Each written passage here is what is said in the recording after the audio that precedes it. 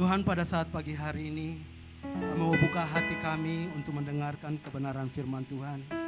Kami percaya bahwa firman-Mu adalah firman yang hidup, firman-Mu yang sanggup mengubahkan setiap hati kami. Oleh sebab itu ya Tuhan, biarlah kami semua yang ada di tempat ini mau membuka hati kami ya Tuhan, untuk siap ditegur oleh kebenaran firman-Mu ya Bapa. Karena kami percaya bahwa firman-Mu Tuhan segala-galanya di dalam seluruh hidup kami Bapa. Terima kasih Tuhan Yesus.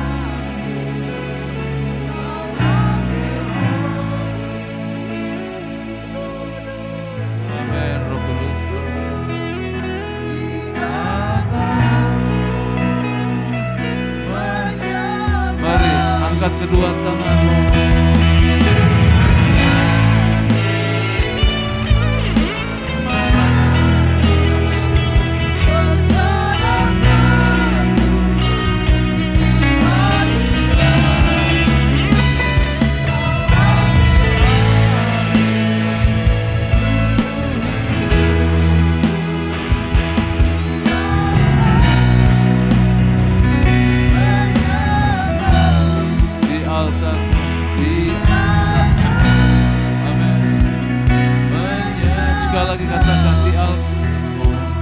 di altar menyembah. Berikan tepuk tangan kemuliaan bagi Yesus Tuhan. Haleluya. Di hari Pantekosta ini Tuhan kami memperingat di mana kurang lebih 2000 tahun yang lalu Roh-Mu dicurahkan di loteng Yerusalem. Dari situlah Tuhan terjadi kebangunan rohani manusia. Terjadi kebangunan rohani atas setiap orang percaya.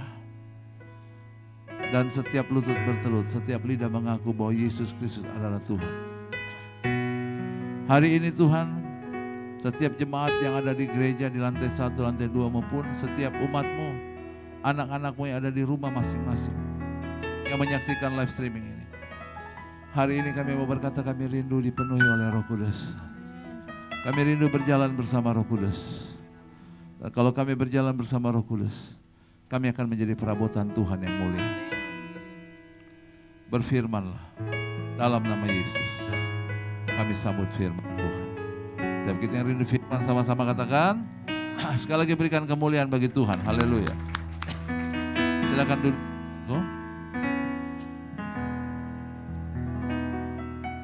Puji Tuhan. Kita semua bersuka cita, amin. Sekali lagi shalom di rumah. Puji Tuhan, shalom yang di gereja. Semua kita bersuka cita dalam Tuhan, amin. Mari kita buka firman Tuhan dalam Kisah Rasul ayat 1 sampai dengan ayat yang ke-13. Yang sudah dapat katakan amin. Belum ya semua ya. Ada yang sudah dapat ya. Kisah Rasul pasal 2. Haleluya. Ayat 1 sampai 13. Kita baca bergantian, saudara. Saya baca ayat pertama, Bapak Ibu yang kedua. Pentakosta. Ketika tiba hari Pentakosta, semua orang percaya berkumpul di satu tempat.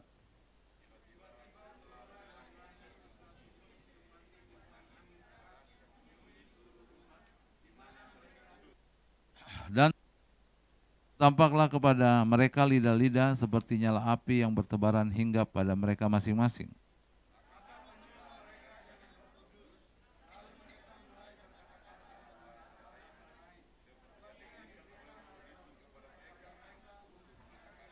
Waktu itu di Yerusalem diam orang-orang Yahudi yang saleh dari segala bangsa di bawah kolong langit.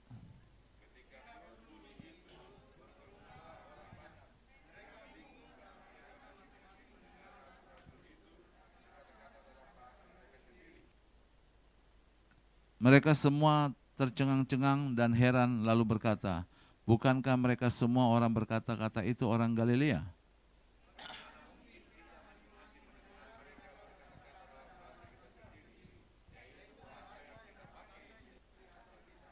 Kita orang Partia, Media, Elam, penduduk Mesopotamia, Yudea, Kapadokia, Pontus dan Asia.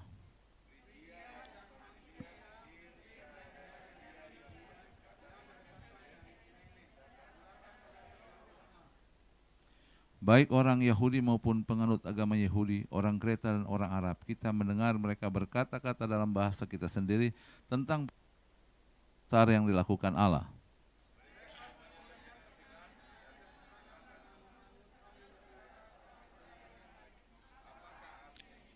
Tapi orang lain menyindir mereka sedang mabuk oleh anggur.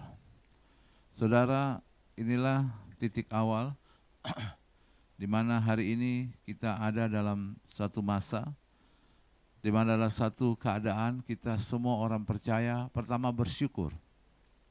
Untuk apa kita bersyukur, saudaraku yang dikasih oleh Tuhan? Untuk Parakletos, Holy Spirit itu, Roh Kudus itu dicurahkan bagi kita, amin. Tepuk tangan bagi Tuhan kita Yesus Kristus, haleluya. Jadi ini satu peristiwa yang luar biasa. Dia Yesus naik ke surga dan dia memberikan kita roh penolong atas kita. Saudara, bagaimana syarat kita menerima pribadi Roh Kudus itu, saudaraku? Bagaimana kita menerima pribadi Roh Kudus. Bagaimana Roh Kudus bisa diam dalam hidup saya dan saudara. Sehingga Roh Penolong itu menjadi warna dalam kehidupan kita. Selama 9 hari kita setiap hari berdoa di gereja ini. Kita berdoa menyembah Tuhan dan kita dapat banyak pelajaran-pelajaran baik dari gembala, wakil gembala, ibu gembala, ibu wakil gembala. Saudara dikuatkan, kita semua dikuatkan, amin. Dan kita kemarin pun rindu untuk mengalir dalam aliran Roh Kudus. Amin. Ingin kita hidup bergaul akrab dengan pribadi Roh Kudus. Mari kita buka firman Tuhan dalam Yohanes 7 ayat 38 sampai 39. Syarat kita menerima Roh Kudus, Yohanes 7 ayat 38. Yang sudah dapat katakan amin. Ya. Yohanes 7 ayat 38 dikatakan begini. Barang siapa percaya kepadaku seperti yang dikatakan oleh kitab suci dan dalam hatinya mengalir aliran-aliran hidup. Yang dimaksudkannya ialah apa? Roh yang akan diterima oleh mereka yang percaya kepadanya. Sebab Roh Kudus itu belum datang karena Yesus belum dimuliakan. Yesus sudah dimuliakan, amin. Amin. Dia mati, dia bangkit. Yesus sudah dimuliakan. Apa saudara? Dia naik ke surga. Menyediakan tempat bagi kita. Dan dia pasti datang. Amin. Untuk menjemput kita orang percaya. Dan ketika dia naik ke surga, dia menghembuskan Roh Kudus itu bagi saya dan saudara. Amin. Dia menghembuskan Roh Kudus bagi kita sebagai orang percaya.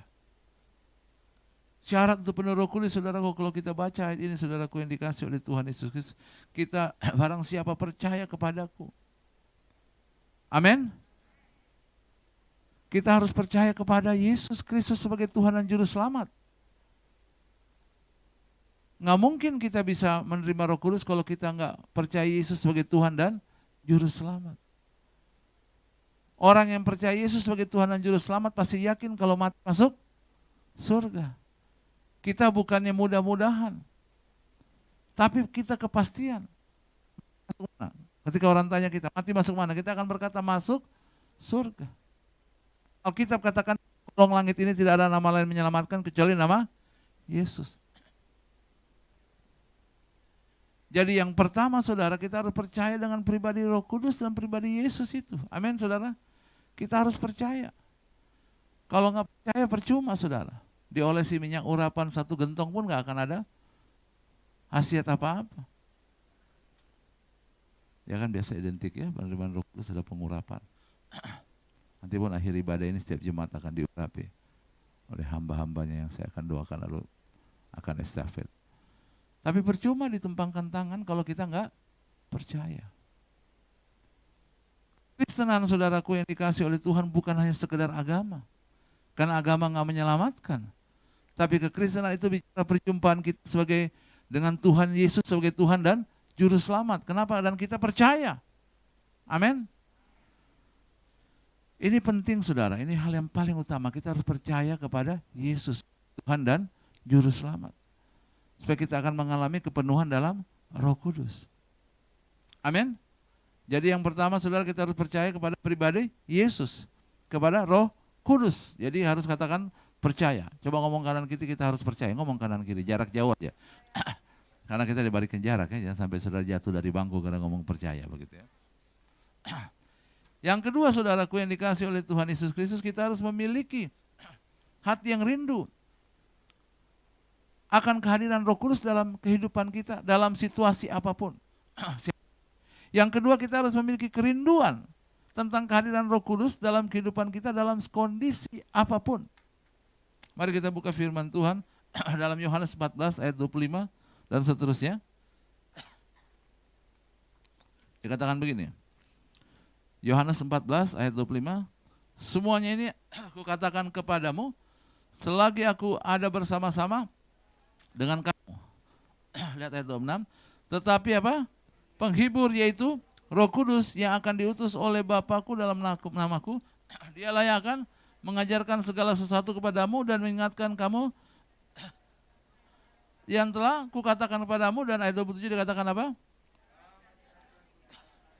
Haleluya. Damai sejahtera ku tinggalkan bagimu, damai sejahtera kuberikan kepadamu, dan apa yang kuberikan tidak seperti yang diberikan oleh dunia kepadamu. Janganlah gelisah dan gentar hatimu. Hari-hari ini siapa yang gak gentar dan gelisah? Saya mengunjungi beberapa jemaat, saudara. Sebelum doa malam, saya bersama Pak Pendeta Barnabas, ada juga Bapak Jati dengan Pastor Stephen William Joseph. Setiap kami berdoa kunjungan di beberapa rumah jemaat, ingin mengatakan memang situasi nggak mudah hari-hari ini. Adalah yang di PHK, pengurangan pegawai, segala macam. Kondisi memang sangat tidak menentu hari-hari ini, saudara. Tapi Alkitab berkata di sini, janganlah gelisah dan gentar, saudara. Amin. Amin. Nah, ini berbicara tentang pentingnya saya dan saudara memiliki kerinduan, keintiman dengan Roh Kudus. Amin, saudara. Sehingga saudara akan melihat bagaimana pertolongan kekuatan daripada Roh Kudus. Tadi malam saya ungkapkan juga, kita cuma doa 10 hari. Malam ini malam terakhir kita berdoa, jemaat yang ada waktu kita rindukan Roh Kudus. Tetapi bukan hanya selama 10 hari. Lewat 10 hari kita biasa-biasa saja, tidak. Justru kita mau lebih lagi dengan Tuhan, amin. Kita mau semakin tenggelam dalam Tuhan. Dan saya percaya, saudara, kalau kau rindu dengan Tuhan, saudaraku, Dia akan menguatkan kita, Dia akan meneguhkan kita. Coba lihat dalam 2 Korintus 1, ayat 21 sampai 22. Dikatakan begini, saudara. Sebab 2 Korintus 1 ayat 21, sebab yang kami, saya minta maaf saudara, mic-nya ini agak error sedikit ya. Sebab Dia yang telah meneguhkan kami bersama-sama dengan kamu dalam Kristus adalah Allah yang telah mengurapi. Terus memeteraikan tanda miliknya atas kita dan memberikan Roh Kudus dalam hati kita sebagai jaminan dari semua yang telah, sebagai jaminan dari semua yang disediakan bagi hidup kita. Jadi ada jaminan dalam Roh Kudus, saudaraku. Amin. Amin, saudara. Ada jaminan dalam Roh Kudus, saudara. Nah, oleh sebab itu sebagai hamba Tuhan, milikilah kerinduan dalam Roh Kudus. Alami hubungan yang akrab dengan Roh Kudus. Maka kita akan melihat kemuliaan yang akan Tuhan kerjakan secara luar biasa. Pertolongan yang atas kita itu luar biasa dan dahsyat, saudara. Yang ketiga, saudaraku yang dikasih oleh Tuhan, kita buka dalam Kisah Rasul 2 ayat 38.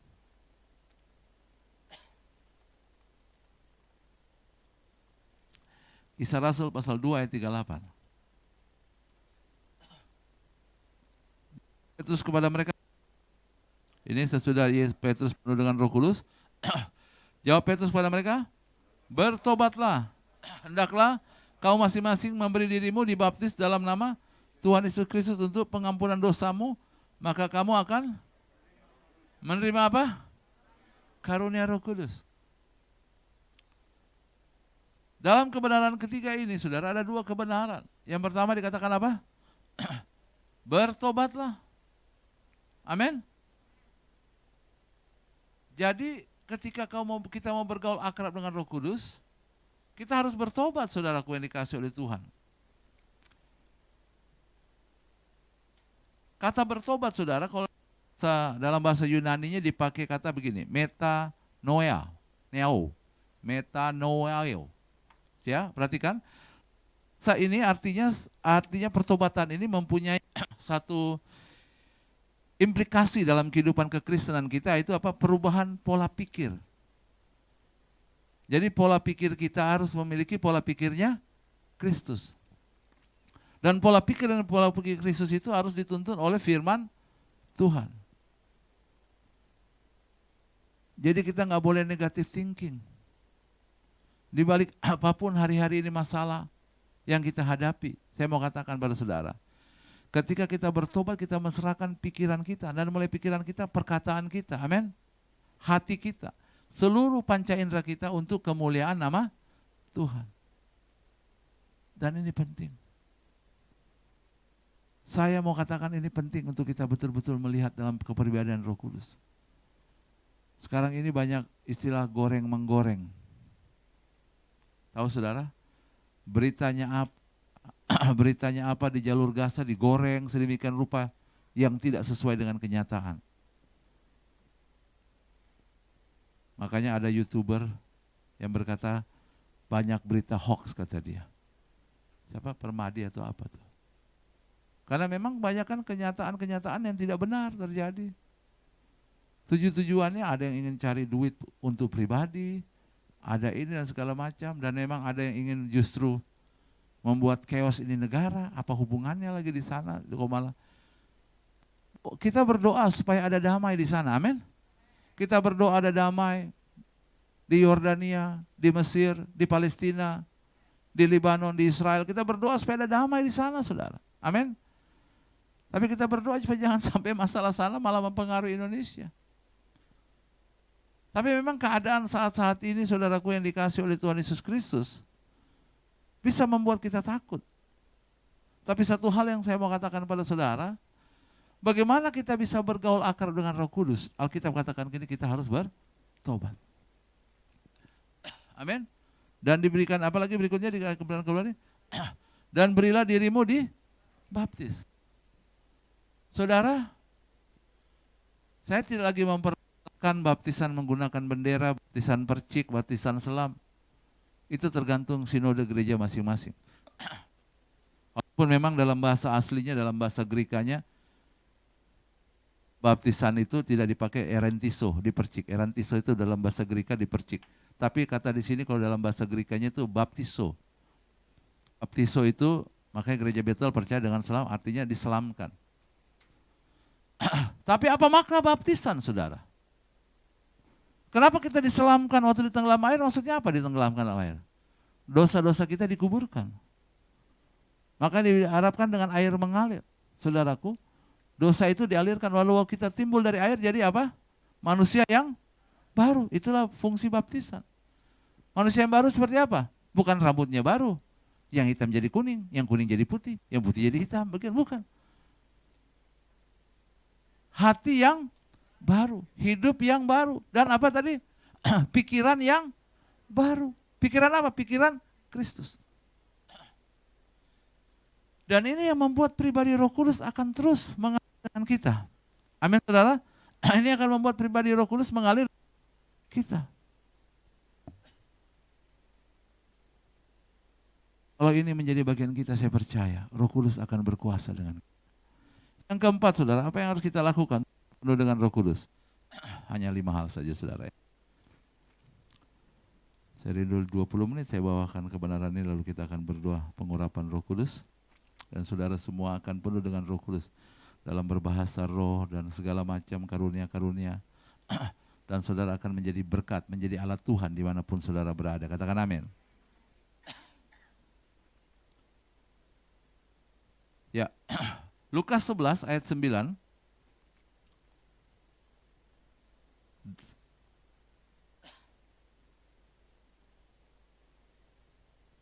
Ayat 9 dan seterusnya, Injil Lukas 11, yang sudah dapat katakan amin. Saya bacakan bagi jemaat Tuhan yang ada di rumah dimanapun kau berada, di gereja. Kalau saudara baca perikop ini tentang hal berdoa ya.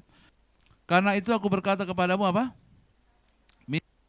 Mintalah maka akan diberikan kepadamu. Carilah maka kamu akan mendapatnya. Ketuklah apa? Pintu akan dibukakan bagi kamu. Karena setiap orang yang meminta menerima, setiap orang yang mencari mendapat, dan setiap orang yang mengetuk baginya pintu dibukakan. Saudara lihat ayat ini. Ayat 11. Bapa manakah yang diantara kamu jika anaknya meminta ikan daripadanya memberikan ular kepada anak itu ganti ikan? Atau jika ia minta telur memberikan kepadanya kalajengking? Ayat 13 dikatakan apa? Jadi jika kamu yang jahat tahu memberi pemberian yang baik kepada anak-anakmu, apalagi Bapamu yang di surga, ia akan memberikan apa? Roh Kudus kepada mereka yang meminta. Tepuk tangan untuk Tuhan Yesus Kristus. Jadi kebenaran yang keempat, saudaraku yang dikasih oleh Tuhan Yesus, ketika engkau berdoa, minta sama Tuhan. Amin. Bukan minta sama pendeta Jeffrey Tambayang atau Bapak Pendeta Barnabas Kilimandu. No. Kami nggak punya kuasa apa-apa. Tapi Sang Pemberi kuasa. Dia ada foto ini, Yesus Kristus. Amin. Amin. Minta supaya engkau dipenuhi oleh Roh Kudus. Roh Kudus bukan hanya untuk gereja Bethel, bukan hanya untuk gereja Pantekostas, tapi Roh Kudus bagi setiap umat Tuhan yang percaya Yesus sebagai Tuhan dan Juru Selamat. Amin. Kau minta. Saya mau ingatkan saudara, ketika engkau dengar khotbah ini pekerjaan Roh Kudus. Tapi kan kita mau lebih lagi dengan Roh Kudus. Amin. Amin. Kita mau lebih lagi dengan Roh Kudus. Roh Kudus mau hadir di sisi bisnis pekerjaanmu, usahamu. Roh Kudus mau hadir di sisi rumah tanggamu. Roh Kudus mau hadir. Nah, apa yang harus saya lakukan dengan saudara? Berdoa. Amin. Amin. Ketika kita berdoa, maka Roh Kudus turun atas kita. Amin. Dan ketika Roh Kudus turun atas saya dan saudara, maka kebenaran yang kelima, saudaraku yang dikasih oleh Tuhan Yesus Kristus, hidup kita akan dipenuhi oleh karunia roh dan buah roh. Itu yang kelima. Ketika Roh Kudus diturunkan atas hidup kita, pribadi Roh Kudus itu semakin akrab dalam kehidupan saya dan saudara. Maka dengar baik, ada karunia roh, buah roh yang diberikan bagi kita. Amin. Amin, saudara. Mari kita buka firman Tuhan 1 Korintus pasal 2 ayat 4, 7 dan seterusnya. Saudara bisa buka dari ayat yang pertama, saya lengkapin aja beberapa ayat. Ayat 4 dikatakan 1 Korintus 12, ayat 4 dikatakan apa? Ada rupa-rupa karunia tapi satu roh, ya. 1 Korintus 12 ayat 4, sudah dapat? Ada rupa-rupa karunia tapi satu roh. Ayat 7 dikatakan apa? Tetapi kepada tiap-tiap orang dikaruniakan apa? Penyertaan roh untuk kepentingan bersama. Ayat 8 ya. Sebab kepada seorang roh memberikan karunia apa? Berkata-kata hikmat ya. Lalu kalau memberikan karunia berkata-kata dengan pengetahuan. Kepada seorang yang sama roh memberikan iman. Kepada yang lain memberikan karunia menyembuhkan masing-masing ya. Kepada yang seorang roh memberikan kuasa untuk apa? Mengadakan mujizat. Betul? Enggak punya kaki timbul kaki, ya enggak punya hidung timbul hidung, itu mujizat saudara ya. Dan kepada yang lain memberikan karunia untuk apa? Bernubuat. Ya, bernubuat ya, bukan lubuat, tapi bernubuat dari Tuhan. Kepada yang lain dia memberikan karunia apa? Membedakan bermacam-macam roh. Ini roh kudus atau roh kuda, kita bisa tahu ini. Ya. Kepada yang seorang yang memberikan karunia apa? Untuk berkata-kata bahasa roh. Dan kepada yang lain memberikan apa? Karunia untuk apa? Menafsirkan bahasa roh, saudaraku. Tetapi apa? Semuanya itu apa?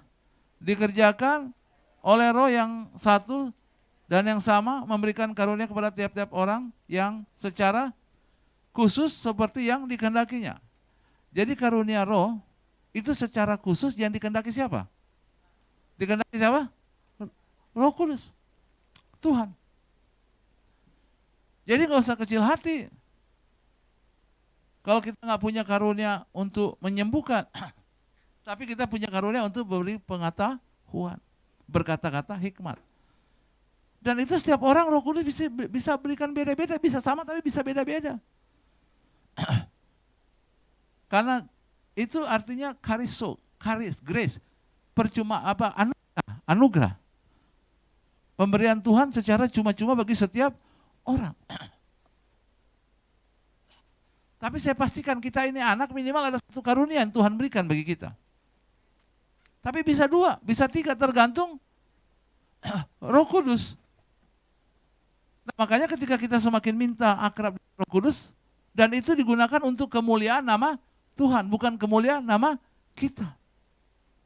Dari mimbar ini saya mau katakan untuk kemuliaan nama Tuhan, jangan curi kemuliaan Tuhan dengan karunia Tuhan itu. Jadi kita akan penuh dengan karunia Roh Kudus. Tapi orang yang penuh Roh Kudus dia juga akan penuh dengan apa terakhir nih, ayat terakhir, buah roh. Terdapat di mana? Galatia 5 betul, ayat 22 dan seterusnya. Coba kita buka ayat terakhir, saudara.